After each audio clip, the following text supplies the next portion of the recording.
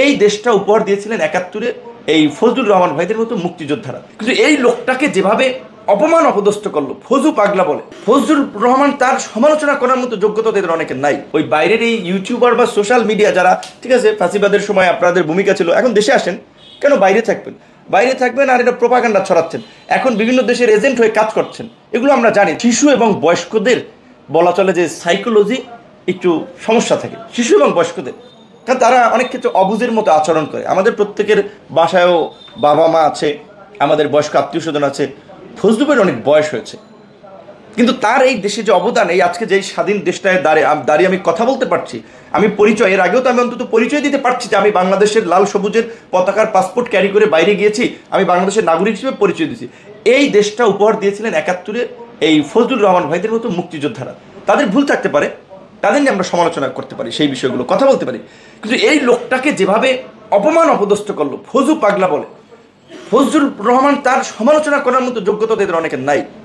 সে যদি ইয়ে করে থাকে সেটা ধরেন তাদের, আমরা এখন তো বিএনপি বলেন, জামাত বলেন, আমরা অন্যান্য পার্টি বলেন, আমাদের মধ্যে তো বসার সুযোগ হয়, আলাপ আলোচনার সুযোগ হয়, আমরা পার্টি ফোরামে অভিযোগ দিতে পারি, কিংবা সংবাদ সম্মেলন করে আমরা ওইভাবে বলতে পারি এই বিষয়ে আমরা বিএনপি যেন ব্যবস্থা আমরা আশা করতে পারি। কিন্তু উনি কোন প্রসঙ্গে কোথায় কি বক্তব্য দিচ্ছে, ডিটেলস বক্তব্য আমি জানি না। কিন্তু সে যদি ভুলও বলে থাকে, ভাই তার বলায় কিচ্ছু আসে না। শুধু বলে 5 তারিখ এটা হয়েছে, 5 তারিখ তো এখন অনেক মাস্টার মাইন্ড এইটা বলা হয়। এই মাস্টার মাইন্ডদেরকে আপনারা 5 তারিখের আগে চিনতেন?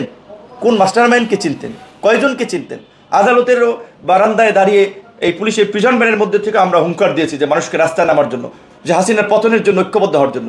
মাস্টার মাইন্ড কারা এইটা পিপল জানে, কিন্তু এই দেশের মানুষের হচ্ছে মন ভোলা, আত্মভোলা, সহজে ভুলে যায়, সব কিছু স্মরণ রাখতে পারে না। এটা একটা সমস্যা নেই, আমরা মনে করিয়ে দেবো, আমাদের তো রেকর্ড আছে, প্রুফ আছে, বিভিন্ন প্ল্যাটফর্মে ডকুমেন্ট আছে।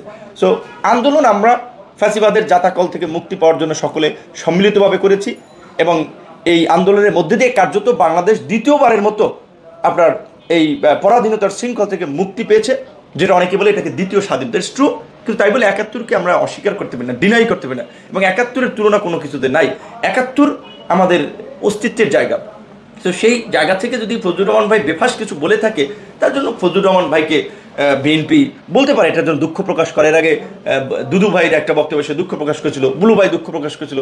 কিন্তু ভাই এখন দেশে এই রকমের বিভাজন, যেটা তীব্র বিভাজন তৈরি করে, পরস্পরকে মুখোমুখি দাঁড় করায় অভ্যুত্থানের শক্তিসমূহ, এই রাজনৈতিক পরিবেশ তৈরি করা যাবে না।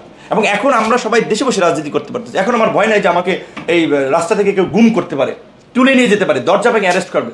সে আমাদের একটা ওপেন সুযোগ।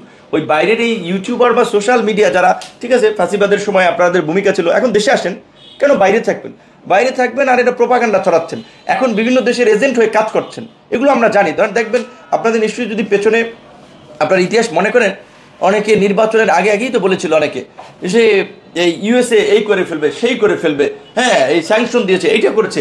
3-4 বছর ধরে একটা চটকদার কিছু কথা কাটকুট বানিয়ে ভিউ বানানো যেগুলো বানিয়েছেন, আবার যখন দেখছেন কাজ করেনি, আবার সেটা বিপরীত ভিডিও বানিয়েছেন।